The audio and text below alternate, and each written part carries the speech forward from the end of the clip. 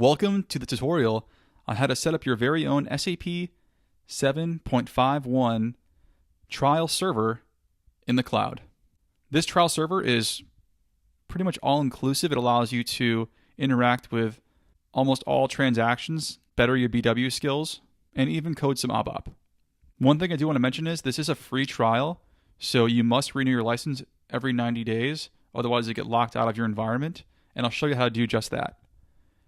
And it's not entirely free per se because you do need to host this on the cloud, and there's a cost associated with having that cloud server, but it's quite inexpensive relative to what you would pay for a private company to host your own SAP server.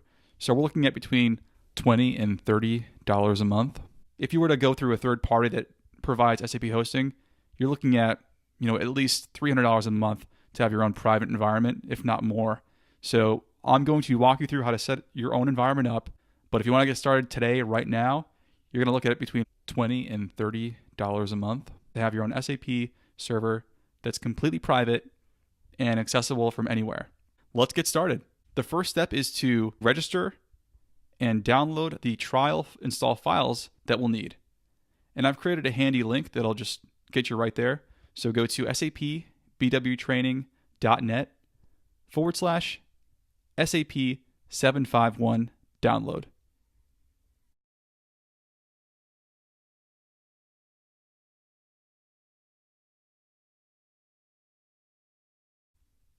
From this page, if you scroll down a bit, you can see that there's the SAP NetWeaver as ABAP Developer Edition.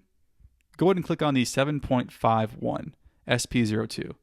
And the SP02 means Service Pack 2.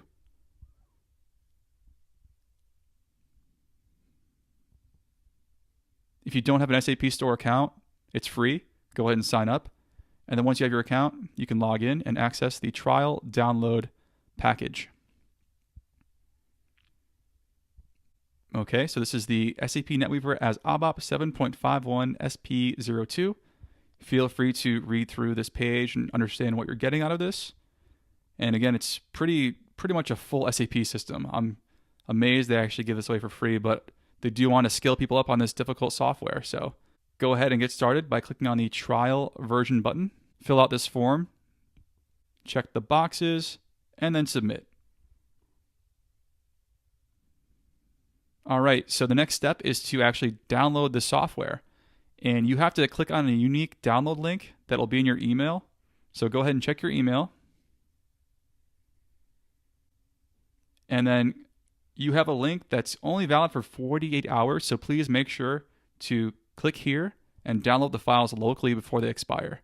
Otherwise, you have to go through the process again of registering for your trial. All right, so here we have all the files necessary to run an SAP environment. All parts are necessary, so part 1 through 10. And it's a pretty big download. I think it's around 10 or 11 gigabytes. So this will take some time to download depending on your internet connection. So go ahead and get started and just click on each individual part to get the .rar file download to start. All right, and if for any reason at all you have issues downloading these files, I've also created a backup hosting area that'll have these same files sitting there.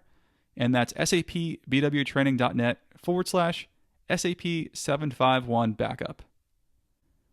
All right, so once your download has completed, please put all 10 RAR files in a brand new folder on your desktop called SAP 751. And here we can see we have the 10 RAR files. So what we need to do now is actually get these out of the RAR format and expose the underlying folders and files that we'll need to actually install SAP.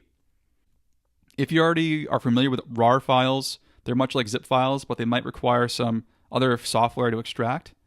And since I'm on a Mac, I'm using UnRARX.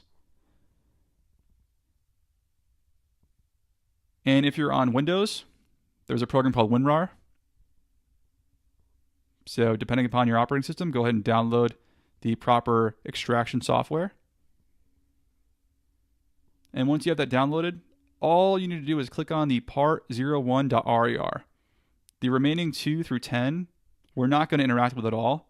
because part 01 contains all the necessary directives to tell the following RAR files to extract within the same directory. So just double click on part 01 if you're on a Mac, and that's going to kick off the extraction.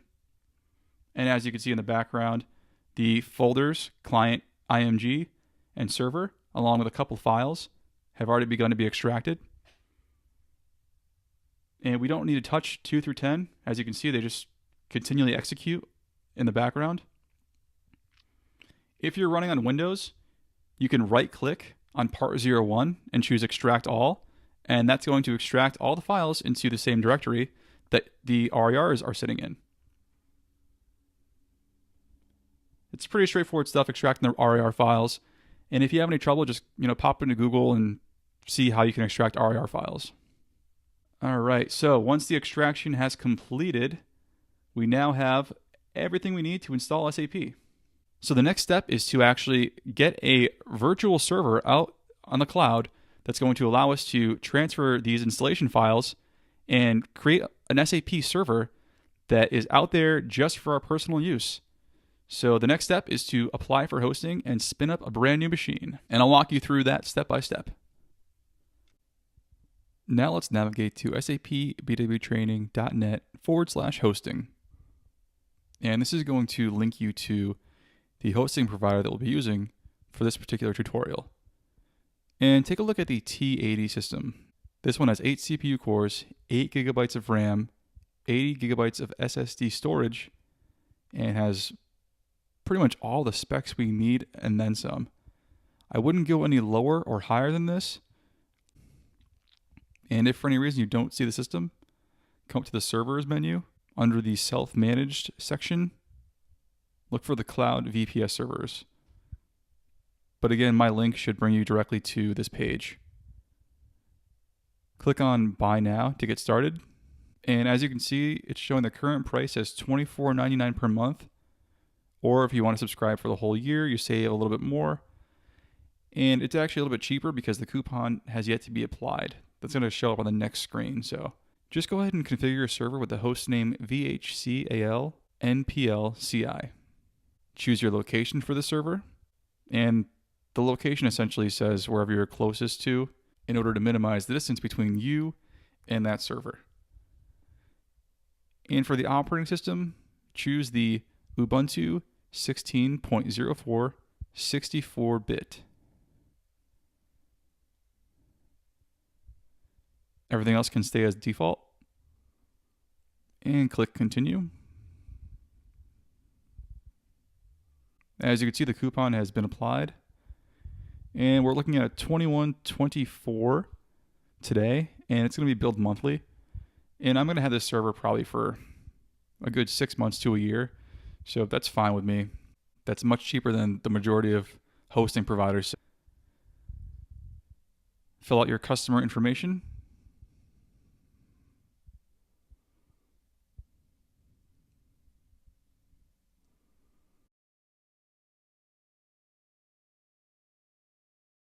All right, and feel free to fill out the rest of those fields if you'd like. And then make sure you fill out the security question. Enter your payment information.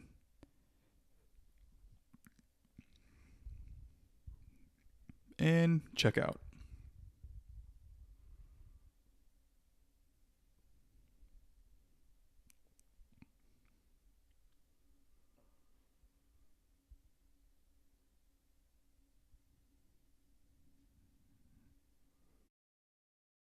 All right, and I paid with my Visa credit card. So it looks like there's a secondary step I need to take here, which is basically just clicking on the next button.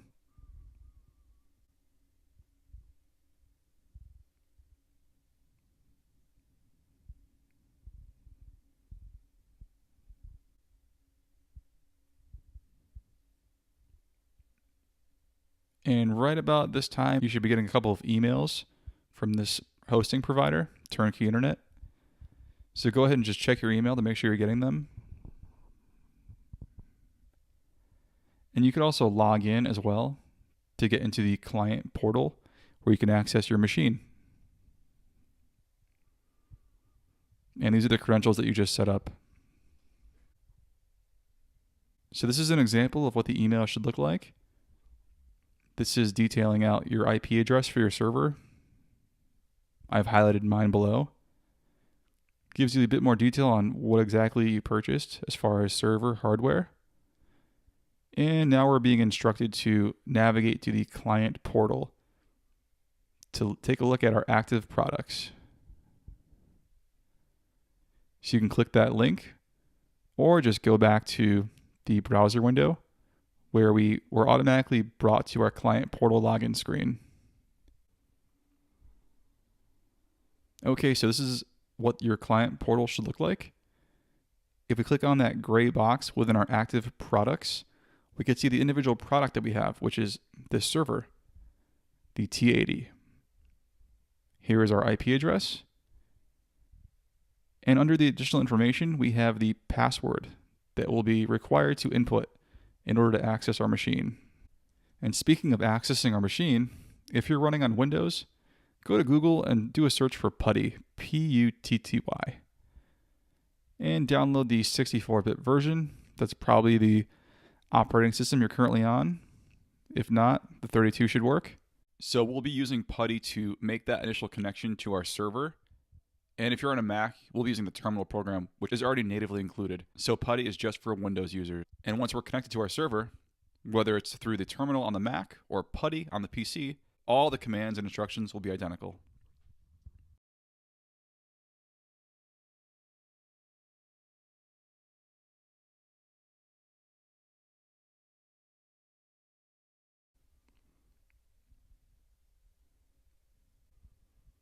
Okay, so I'm going to deselect the box about the README. I don't care about that. Finish.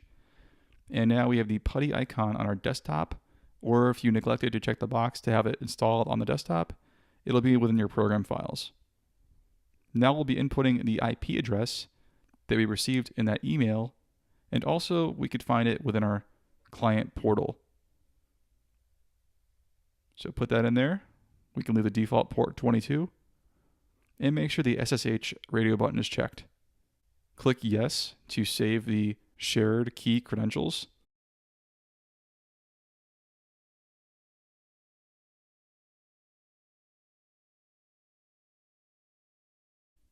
And if you're on a Mac, you don't need to install Putty. You could simply open up the terminal application. All Macs should have this pre-installed. And then type SSH space root, the @ symbol, and then your IP address. We'll press enter and then type out yes. And again, this is the handshake that establishes the client to the server machine and letting it know that it's talking and they're connected. Type in your root password.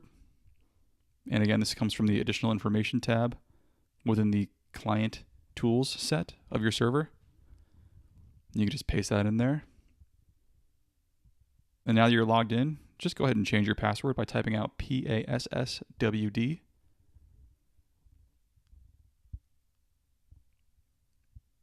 And now that our password has been updated, next we're going to type out sudo space apt-get space update. And that's just going to update the packages that we currently have available to us. If you get this message where it says resources temporarily unavailable, we need to reboot our machine. So just type sudo space reboot. And it might take between 5 and 10 minutes for the machine to fully reboot. Wait a few minutes and then try to, once again, SSH space root at the IP address. Press the up arrow. It recalls the SSH root at our IP address. Press enter. Type in our new password, which is what we just reset to. And then now type once again sudo space apt-get space update. Okay, that completed. Now type sudo space apt-get space install space csh.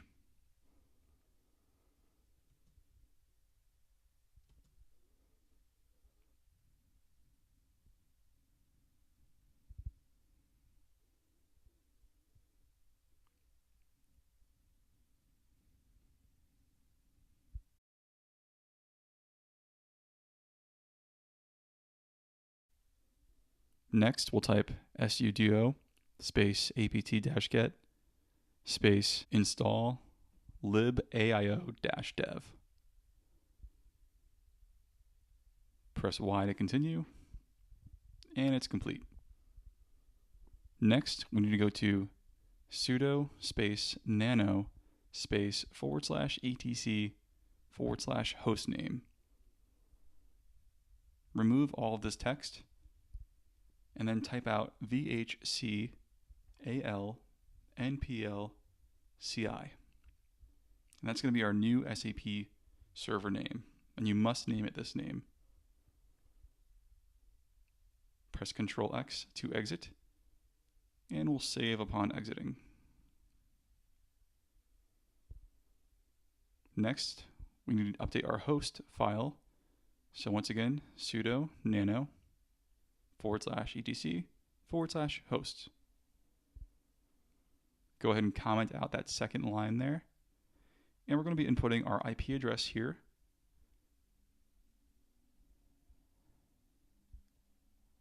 And then just spacing over and typing vhcal npl ci space vhcal npl ci .dummy .no domain. Once again, doing a Control X to exit and save. We'll save with a Y, press Enter. And now, in order for this new host name to take effect, we have to do a sudo reboot. So as you can see, by typing out host name, we still have the old one. So do a sudo reboot.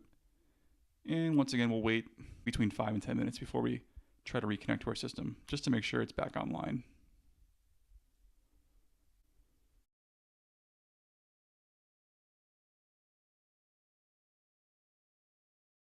Okay, so now that we're logged back in, we can see that the host name has changed. Awesome. Okay, so the next part is to actually get these SAP 751 installation files pulled onto this server. And in order to do that, we'll need to use an FTP client. So in this example, we'll be using FileZilla to transfer those files.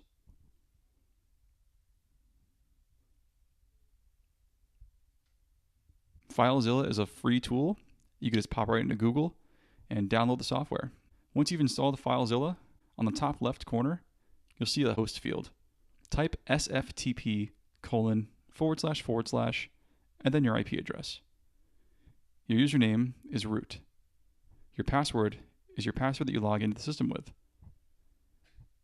Upon connecting, again, you may be prompted for the host key. Go ahead and trust this host, and then save by clicking OK. And if we navigate up to the topmost folder, we'll go ahead and create a SAP 751 directory so we can drag all of our files into it. So right click, create directory, and we'll just rename this to SAP 751. Click OK. And now on the left-hand side of your screen, which is your machine, you're going to need to find your files that you downloaded, and they should be in the SAP 751 folder on your desktop, and then just select all those files and drag them into the SAP 751 folder that's currently sitting out on your server in the cloud. Okay, so I'm going to drag and drop everything from this left-hand side right on over to the right. And it's about 13.4 gigabytes worth of files. You can see there at the bottom right. So I'm just going to go ahead and pause until this completes.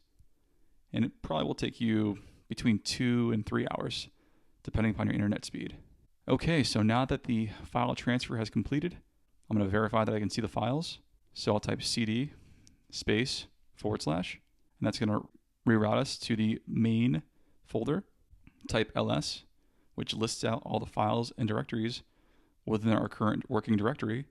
And then we see the SAP 751. Type cd space SAP 751 ls, and this lists out all the stuff we just transferred over here. The install.sh is the brains behind this entire installation. And that's the file we need to execute in order to get this installation kicked off. Before we do that, type chmod space +x space install.sh. And this just assigns some root privileges to this file. And finally, to kick off our install, type /install.sh. SAP will check to make sure that our host name is compliant, and because we use the VHC AL NPLCI, it is. Press enter to continue. And then now just hold down the enter key while we read through this document. So once you get to the bottom, the installation will prompt you with a yes or no. If you agree to the terms, simply type out yes, and then press enter, and the installation will kick off.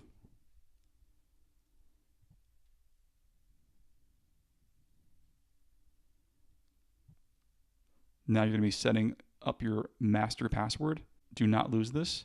This is going to be the main password for your SAP system.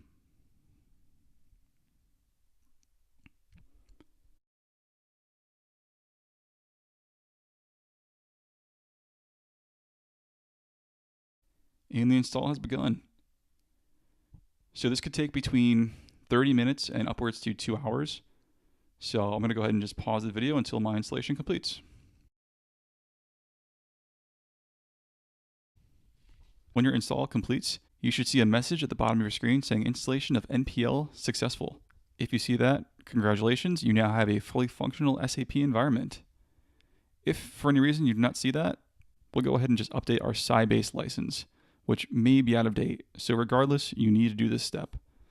Type cd space / ls and then cd space Sybase. ls cd npl ls and now cd sysam -2_0 ls cd licenses ls, and now we can see this testdrive.lic file. If we look at this file by typing sudo space nano space then the file name,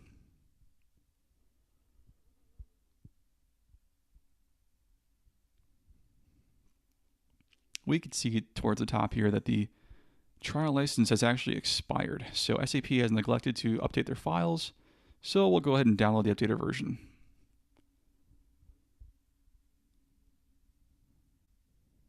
So we'll need to download the latest version of this file.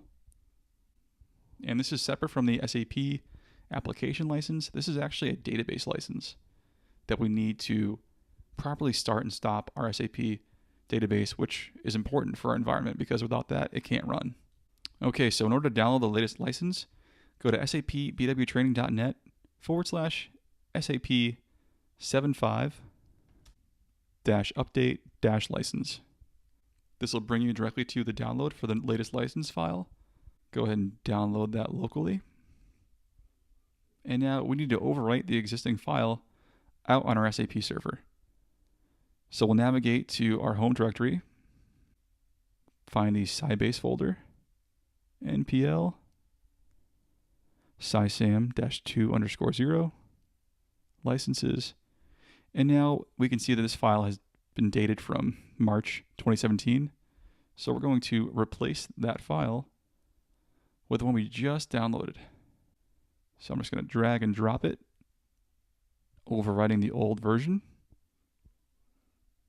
Okay, we now have installed the latest version, so let's just double check on our actual SAP server by pressing the up arrow and going back into this file. Looks good, 2019. Okay, so SAP is good to go at this point. In this video, I'll show you how to download and install SAP GUI so you can connect to your private or shared SAP environment in the cloud. To get started, come on over to your favorite browser. In this example, I'm using Google Chrome, and type sapbwtraining.net /ABAP74 GUI. This brings us to a 1.1 gigabyte file, which is our GUI zip file containing all of the install files we'll need. Click download. And it'll take a few minutes, so let's also download one other file. And this is going to be a patch for that GUI that we just downloaded. So again, sapbwtraining.net/ABAP74 GUI patch. And this is going to bring our SAP GUI a bit more up to date. Click download. Okay, so now that both our SAP GUI installer and the SAP GUI patch have been downloaded, let's extract all the files within the zip file. So we'll right click on our SAP GUI installer and then choose extract all. And extract. So this will take a bit of time, so I'm going to go ahead and just pause the video until this unzipping completes.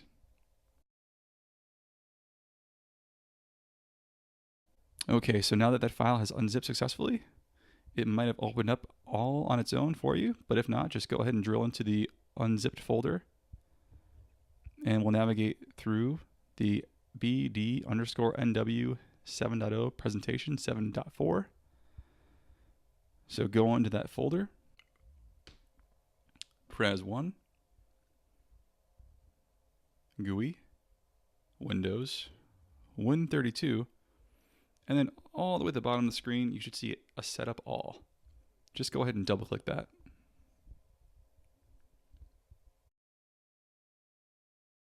Choose yes. Click next. And all we need to check here is the SAP GUI component. So as you can see, there's a ton of other stuff this includes, but all we need is SAP GUI. Click next, and the installation begins. This will take a few minutes, so I'm going to pause the video and we will resume once the installation completes. So my install has completed, but this screen is letting me know that there may have been some errors. But do not worry. The errors that we're seeing here are simply because we didn't install all the software.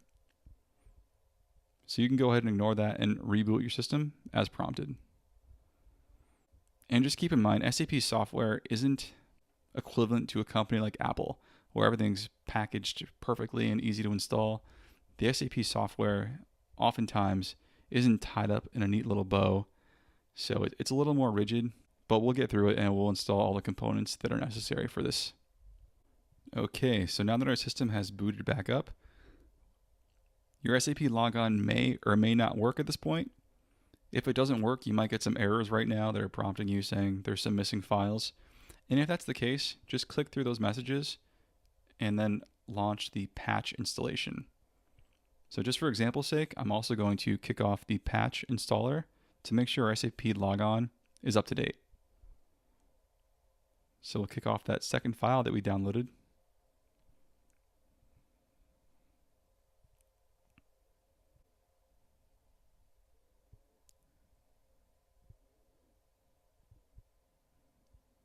Click next to begin the patch install. And once again, I'll just pause the video until this completes. And make sure you've closed out the SAP logon and then just go ahead and retry, just in case you left it open.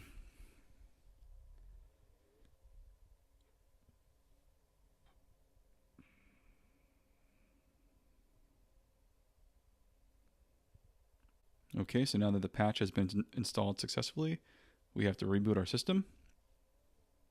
Go ahead and reboot.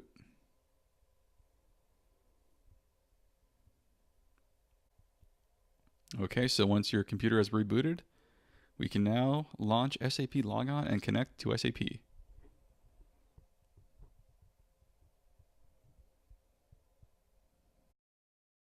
So just in case your SAP Logon icon isn't shown on the desktop, you could simply click on your Windows icon and then view the SAP front end.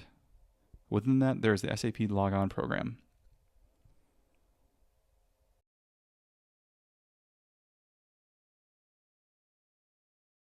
This is the SAP Logon screen. This is where all of your SAP connections are going to live. We'll need to create a brand new connection before we can actually connect to any SAP system. So the next step is to click on that blank piece of paper and create a new connection to a system. Choose Next. And we don't have to mess with anything but a couple of these rows. So ignore the top part. And now give your system any description you'd like. I'll call mine BW 7.51.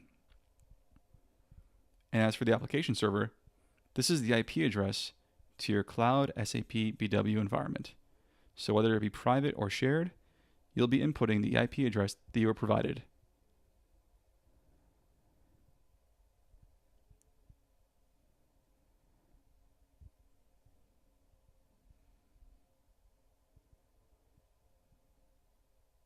Next up is the instance number. This is always 00. And finally, the system ID, NPL. Click Finish. And now all we need to do is double click on this connection, and that's going to immediately connect us to the SAP system in the cloud.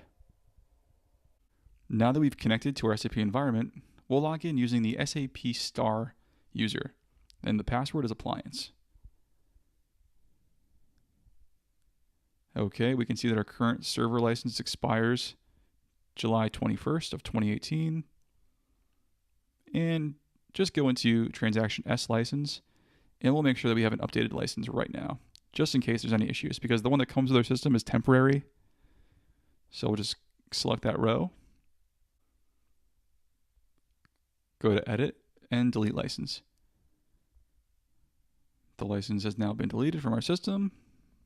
We'll pop into Google Chrome, and now we'll just Google SAP Mini SAP, and that'll bring you to a Mini SAP page. And currently the URL is go.support.sap.com/mini-SAP. As you scroll down, you'll see the NPL Sybase version. This is the version we need. So come on down and just fill out some information here. Your email. And then your hardware key. This is the information you're going to be pulling from your S license transaction.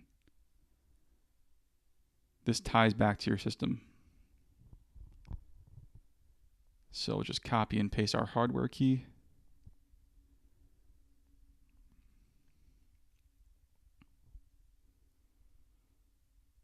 And check the box, you agree? I agree. And generate. Now we must push this file onto our server. But we could do this right through the SAP GUI. So click on Install. Now we'll locate the NPL file that we just downloaded.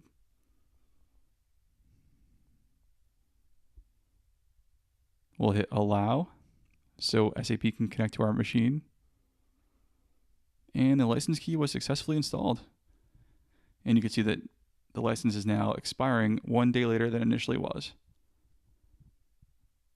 So do set a reminder to manually renew your license because it does expire after 90 days. Set a calendar reminder so you can just go in there and re-up your license. It's free, so it just takes a little bit of effort. Otherwise, you can't log into your system. Once you've updated your SAP license, go ahead and log into your system using the developer user. And again, the password is appliance.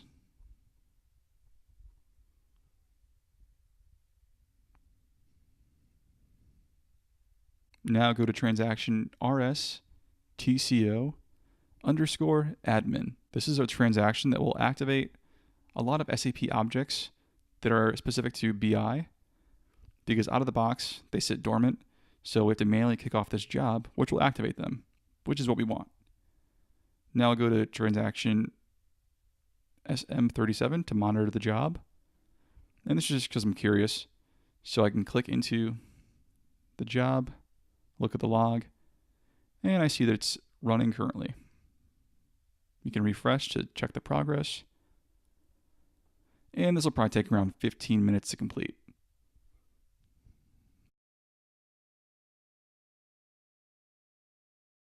All right, so now that we have successfully activated all of our BI content, let's now check out a scenario whereby your user will get locked out of the system. So let me just exit out of SAP by doing a /NEX. And now I'll log in as the developer user. But this time, I'll incorrectly enter the password.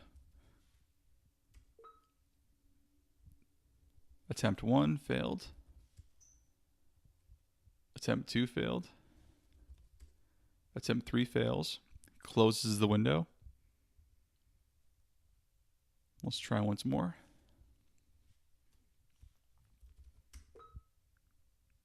The 4th fail. 5th. And this user can no longer log in because there's been too many failed attempts. In order to unlock a user that's been locked out of the system, you must log in as SAP star and log in with the password appliance.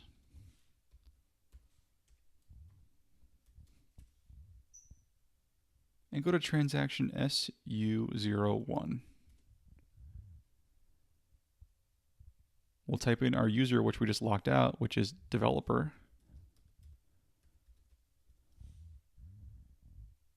And right up here, you see the little lock symbol. Click that. We can see that this user has been locked due to incorrect logon attempts. Click the unlock.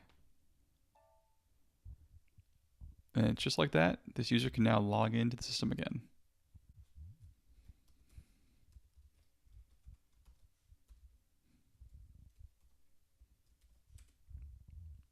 And there you go. So that's how you can unlock a locked user. Now let's take a look at how to start and stop your SAP environment. So I just restarted my Ubuntu server out in the cloud, and SAP doesn't start automatically, so we'll need to manually restart our SAP server. To do this, we'll type su space npl adm. And this is the administrator user that will allow us to start and stop SAP along with other system maintenance functions. But you're really only going to be using this user just for starting and stopping your system. So we can see that we're now using the npl admin user, and our screen looks a little bit different. So in order to start SAP, simply type out start SAP space all and press enter. This begins the startup process. It should take under 5 minutes to start your system.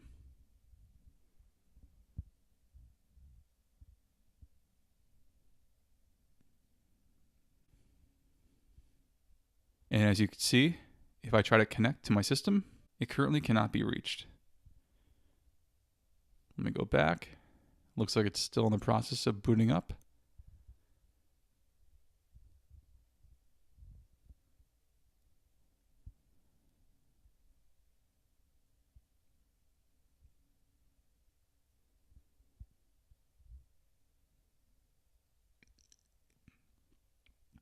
Okay, so SAP is now online. So let me go back to SAP GUI. I'll double click. And as you can see, SAP is now able to be connected to. If you want to stop your system, simply type stop SAP space all.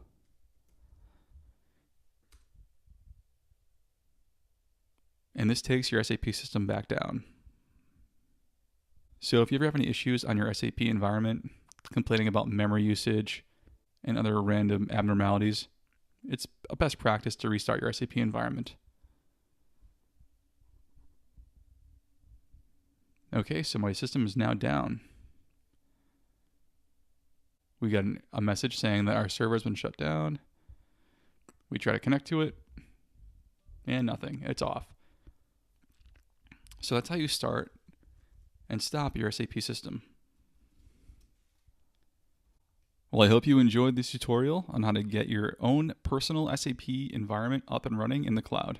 If you enjoyed this course, please go ahead and leave a review, and don't forget to share with your friends. Thank you.